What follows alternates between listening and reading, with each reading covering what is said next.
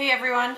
So I've been asked quite a bit what my favorite Spellbinders dies are, which ones I started with, how I store them, etc, etc. So I thought I'd do a quick little video specifically on my Spellbinders dies. I can't even tell you guys which ones I started with because I don't remember. I started getting them when they first came out, however many years ago. And I'm pretty sure I started with the basic sets because that's what was first released. So like your squares, circles, ovals, etc, etc. And then just kind of expanded it from there. As far as storage goes, I use either CD cases, and that's just for my circles, and my squares I use the CD cases, and that's just because they take up obviously a fair bit of room.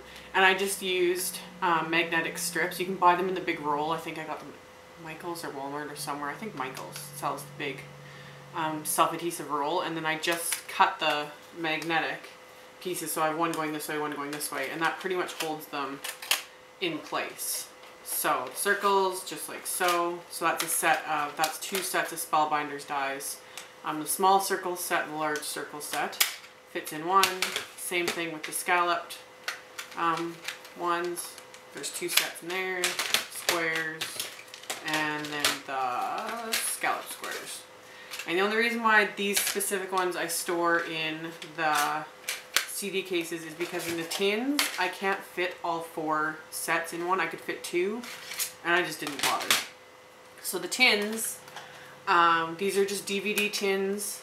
I think All That Scrap still has some in stock. If they do, I'll post a link. I got a few from them a while ago. I'd also got them from, just Google DVD tins. I had ordered like a case of them years ago. I don't know what site, I don't remember. Because I used to store my stamps in these way back years ago when clear stamps first came out. Some of us were storing them in DVD tins. Just FYI, do not do that. The coating on DVD tins, it actually ate the clear stamps, so I lost quite a few sets as a result of that. So I don't store my stamps in them anymore. But yeah, I use them for my Spellbinders dies, which is fine. So I've got my DVD tins. When you get a tin, most of them come with, there's usually like a felt plasticky insert to hold the actual DVD. Let's pull those out, chuck it. And then I just did the same thing. I put magnetic strips into there and did two, and then I can store both sets. Some sets like this, it's a little bit harder for all the dies to stay in place, because if the dies themselves overlap a little bit, it's harder for them to cling to the magnets. But again, I don't care because they're in a DVD tin, so it's contained, like there's no openings anywhere, so they're not falling out anywhere, so it just doesn't matter. But anyway, this is the, I think they call these the petite ovals, because they're not your standard ovals, they're the ones that are a bit longer. But I have 4 entire sets in here, so 1, 2, 3, 4 sets. And then I just use my label maker, and I would label the top of the dies to say which set's which. I also have things like my labels 3, 4, 5, and 9, because I was able to fit all 4 into one. These are just magnetic sheets, which, yeah. I got magnetic sheets from the dollar store, like Dollarama. They are, it just says create your own photo images. Yeah, it's just a solid piece of magnet that's adhesive that technically you're meant to put like photos onto and cut down or whatever. So I got this for $1.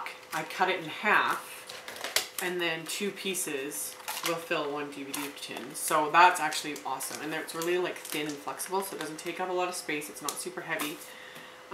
So I prefer that to than the magnetic strips, because that really holds them in place, so it works really well. And then I actually took the, I labeled each set of dies, like labels 4, 9, because I forget all the time. And then same thing, labeled the outside. So that's how I store them. This little basket I just got at Superstore, like one of the grocery stores or whatever. They had it in kind of like their laundry section, because it's supposed to be a laundry basket, even though it's tiny. So I got those. I have other ones by, I found these at Superstore. They're cheaper. It's not as nice as those ones. So I just find these baskets that are fabric lined, and this size is perfect, because then I've got tons of tins of my Spellbinders dies, and then the cases. I have some random ones that I haven't yet like stored anyway. Like I have the stars that are just on the packaging they came in. Same with a few of the other ones. Same, the labels 11. I have these labels 7 dies. They're still just in the packaging, and I just stick them in the back until I actually get around to putting them in a tin. Yeah, as far as, oh, I guess because, yeah, people ask, like, what are my favorites? What are good ones to start with? I don't like telling people what to buy. It's all up to what you personally like. This isn't a super cheap hobby, so I don't like telling people what to buy. But as far as my own personal favorites, my favorite set of dies, I really like the Labels 4. I use these ones a lot. Mostly just the largest one, and that is because on a standard size, here we go, like A2 size card, this just fits really nicely in it. Other dies, it's a little harder for that shape. Like this is a Labels 9 die, it's very large. You can just see how much space it takes up. So I like ones that are more kind of longer and narrower, just for little stamped images and whatnot. So I like the Labels 4. Another favorite is the Labels 11. That's these ones. So again, they're kind of longer, narrower, not super intricate. My circles, you guys have seen I use the circles a lot, because circles aren't something you can freehand cut. You know, you need a punch or a die or something. So circles, I get a ton of use out of. Same with the scallop circles, so obviously you want to mat them. Either set is great. You don't need to have both small and large. Ovals, I don't use as much, but again, it's not something you freehand cut, whereas like just plain square dies and the rectangle dies I hardly ever use, because you can just cut that with a paper trimmer. Simple cuts. Long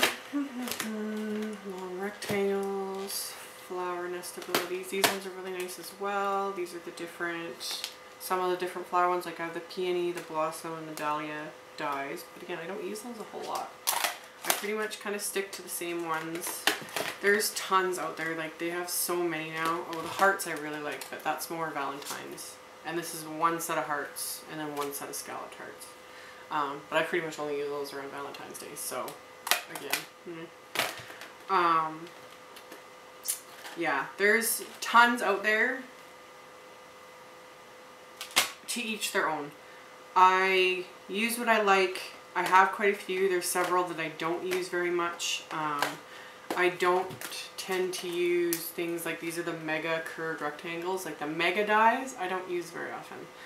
They also have all those grand dies. The grand ones are huge. I haven't bought a single set of them because I'm not even sure if they'll fit through a standard Big Shot. They released like the grand caliber die cutting machine.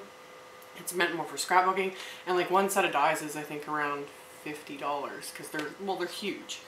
And again, I'm a card maker, so I don't see value in something like that. But yeah, like these ones, these are the Labels 8, which are also quite large. I do use these a fair bit, but not the biggest one, but I use kind of the second in and whatnot.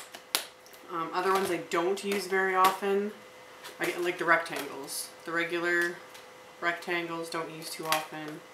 I have the long rectangles, which were like this. Some of these might not even be available anymore because again, I got these when they first started releasing dies way back in the day. So that is my Spellbinders die collection, how I store them, my personal favorites, and I hope this helps you guys on just kind of figuring out what you want to get or how you want to store them or whatever works. And if you have a great method you use for storing them, there's some neat ones out there. Feel free to share it in the comment section below, and I will see you guys in the next video. Bye!